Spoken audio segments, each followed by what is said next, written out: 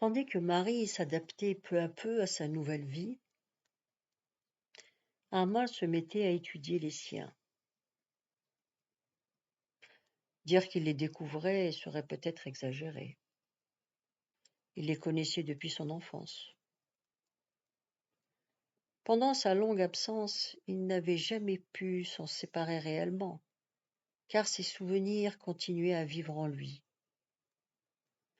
Et puis des nouvelles lui parvenaient de temps à autre. Mais il ne souciait guère de ce qui se passait chez lui. Les tricheries, les méchancetés, les hypocrisies, les misères, vues de loin, n'étaient que jeux d'enfants sans importance. Maintenant, à présent, il était mêlé à tous ces jeux. Il se voyait entraîné dans une ronde, tantôt passionnée et plaisante, tantôt comique ou navrante. Pourtant, ce monde lui convenait, où il avait sa place, où, s'il était possible de se transformer, nul ne pouvait être le fils de ses œuvres au point de donner tout à fait le change et de faire oublier le passé. Un monde où l'on était un tel, fils d'un tel, et rien de plus. Une série de cercles étroits emprisonne les gens au sein des familles, puis des carobas, et font de tout le village une cage grouillante où l'on se côtoie et se mesure sans cesse. En France, dans les gros villages ou les petites villes de l'importance d'Irismen, dans les cités industrielles tout au moins, des familles peuvent venir s'installer, d'autres s'en aller définitivement. Des gens totalement étrangers peuvent se rencontrer, vivre côte à côte, puis se séparer. Il y a une certaine liberté d'allure et de propos, une certaine indépendance, un certain égoïsme qui font de la vie un combat loyal que chacun doit mener seul. Ordinairement, on s'organise à sa guise, en ne tenant compte des autres que dans la mesure où l'on a besoin de les concilier, en restreint ou en étend ses relations, on se forge soi-même ses contraintes. Dans le village kabyle, la situation est différente. La Karouba est une unité sociale et géographique en même temps. Les mêmes cousins habitent la même rue. Les familles sont fixées pour toujours dans leur quartier. S'il arrive à l'une d'elles d'émigrer à Alger, par exemple, il est rarement admis qu'une famille étrangère vienne demeurer au village. On forme un tout, on se connaît, on s'est jugé depuis des générations. On ne jette pas de jugement à la face, mais chacun sait intimement ce qu'il doit penser de l'autre. Et l'on est là à se rencontrer chaque jour, à se dire bonjour, à se rendre service, à s'aider, mais aussi à se surveiller, à s'envier et à se détester. Et tous sont obligés de sauver les apparences, à la considérer de loin. La vie au village paraît difficile à supporter. On aurait peur d'y étouffer. Mais en réalité, on y est aussi libre qu'ailleurs. On rit, on plaisante, on se tient mal. Si on veut, on brave les censeurs. Et on peut tout aussi bien se conduire sagement.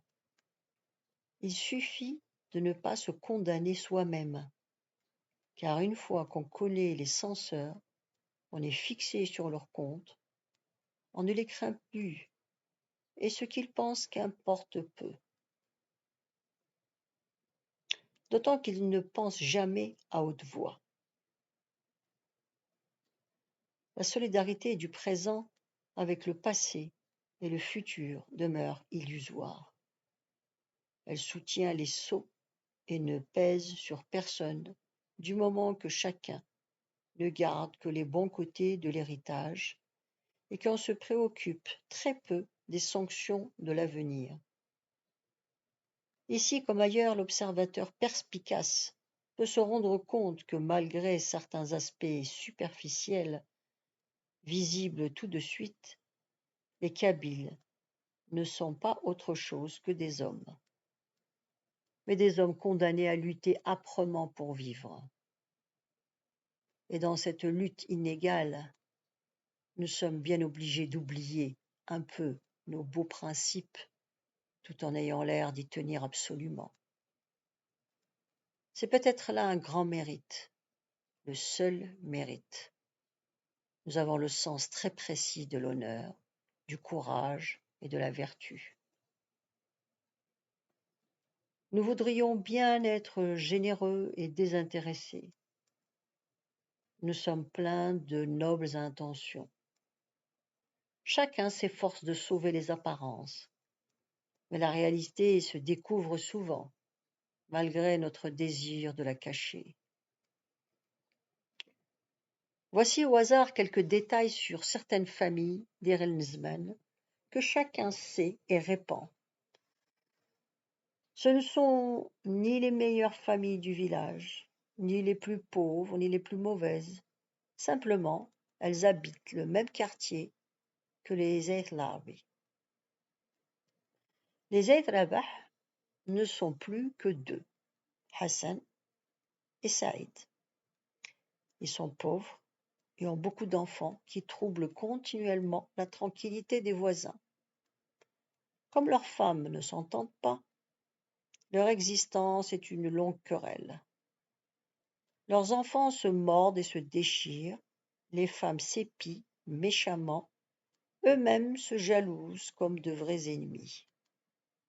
Mais à l'occasion, ils peuvent se rappeler qu'ils sont frères. Il arriva par exemple qu'un voisin profitant de cette inimitié voulut battre Hassan qui était le plus faible. Les deux frères lui donnèrent ensemble une leçon inattendue qui lui fit passer pour toujours l'envie de dominer des gens divisés. Les filles de Saïd ne se marieront certainement pas à cause de leur effronterie et de la pauvreté du père. S'il faut croire tout ce qu'elles se disent, les deux mères de famille sont pleines de défauts, les pères aussi. Mais on peut tout se dire au cours d'une dispute. Hassan et Saïd avaient une vieille mère. Lorsqu'ils eurent partagé leur unique champ de figuiers et dressé une cloison en roseau au milieu de la vieille bicoque héritée du père, Hassan dit à Saïd: « Il nous reste quelque chose à partager. » « Quoi ? » ?»« La vieille. Je m'en charge si elle te dérange. » »« Tu veux être seul à profiter de sa baraka ? » ?»« Non, j'aurai ma part. » Il fut décidé que chacun garderait la mère 1 mois sur 2. Elle dut ainsi vivre de part et d'autre de la cloison en roseau, avec son oreiller plein de vieux chiffons, son morceau de natte, son tapis sans couleur.